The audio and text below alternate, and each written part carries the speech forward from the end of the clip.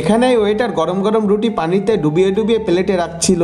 ওয়েটারের এমন কাজ দেখে বাবুর্চি বলে, আরে পাগল, তোমার কি মাথা খারাপ হয়ে গিয়েছে নাকি? তুমি পানিতে রুটি ডুবাচ্ছ কেন? ওয়েটার বলে, কাস্টমার নরম নরম রুটি চাইছে, কারণ তার মুখে কোনো দাঁত নেই, তাই আমি রুটি পানিতে ডুবিয়ে নিয়ে যাচ্ছি। তারপরে এসে গোলাপ জামুনের উপরে চাটনি ছড়িয়ে দিচ্ছিল।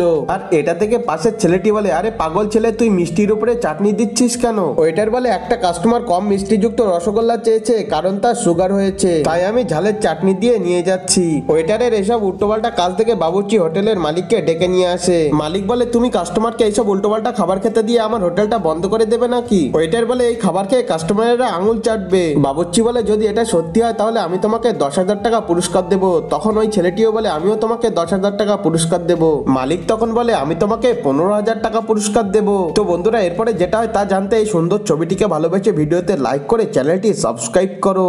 তারপরে কাস্টমার খাবার খেয়ে তার তারিফ করে, আর তারা সবাই বাজিতে হেরে যায়, কারণ তারা আগে থেকে 3 জন যুক্তি করে এসেছিল।